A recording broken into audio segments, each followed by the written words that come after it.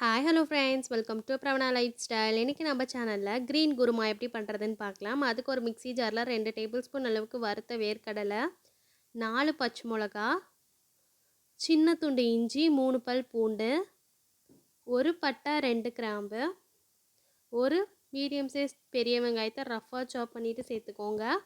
1/4 cup அளவுக்கு தேங்காய், ஒரு கைப்பிடி கொத்தமல்லி இலை, 2 கொத்தளவுக்கு கருவேப்பிலை இலை சேர்த்து தண்ணி சேர்த்து நல்லா வலுவலுன்னு அரைச்சிக்கோங்க. இப்போ ஒரு குக்கரில் 1 ஸ்பூன் எண்ணெய், 1 ஸ்பூன் நெய் சேர்த்துக்கோங்க. நல்லா காஞ்சதுக்கப்புறம் 1/2 ஸ்பூன் அளவுக்கு மல்லித்தூள் சேர்த்து ஒரு வாட்டி நல்லா கலந்துக்கோங்க. இது நல்லா பொரிஞ்சு வரணும். நல்லா பொரிஞ்சதுக்கப்புறம் அரைச்சி வச்சுருக்க பேஸ்ட்டை இதோடு சேர்த்துக்கோங்க. சேர்த்துட்டு ஒரு வாட்டி நல்லா மிக்ஸ் பண்ணிக்கோங்க. இந்த மாதிரி நல்லா மிக்ஸ் பண்ணிவிட்டு இப்போ இதில் 1/4 ஸ்பூன் அளவுக்கு ஜீரகத்தூள், 1/4 ஸ்பூன் அளவுக்கு சோம்புத்தூள் சேர்த்துக்கோங்க.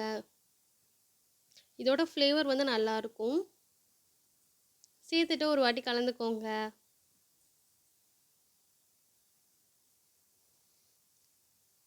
கலந்துட்டு நம்ம தாராளமாக தண்ணி சேர்த்துக்கலாம். நான் இன்றைக்கி 2.5 கப் அளவுக்கு தண்ணி சேர்த்துருக்கேன் மொத்தமாக. சேர்த்துட்டு ஒரு வாட்டி நல்லா மிக்ஸ் பண்ணி விட்டுருங்க.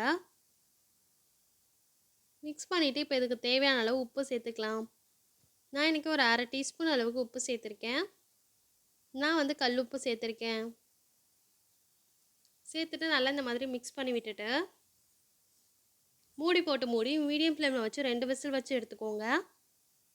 நீங்கள் விசில் வைக்காமல் நல்லா கொதி வச்சு கூட எடுத்துக்கலாம். இப்போ விசிலை ப்ரெஷர் ரிலீஸ் பண்ணிவிட்டு நம்ம ஓப்பன் பண்ணி பார்க்கலாம். ஓப்பன் பண்ணிவிட்டு இந்த மாதிரி நல்லா கலந்துக்கோங்க.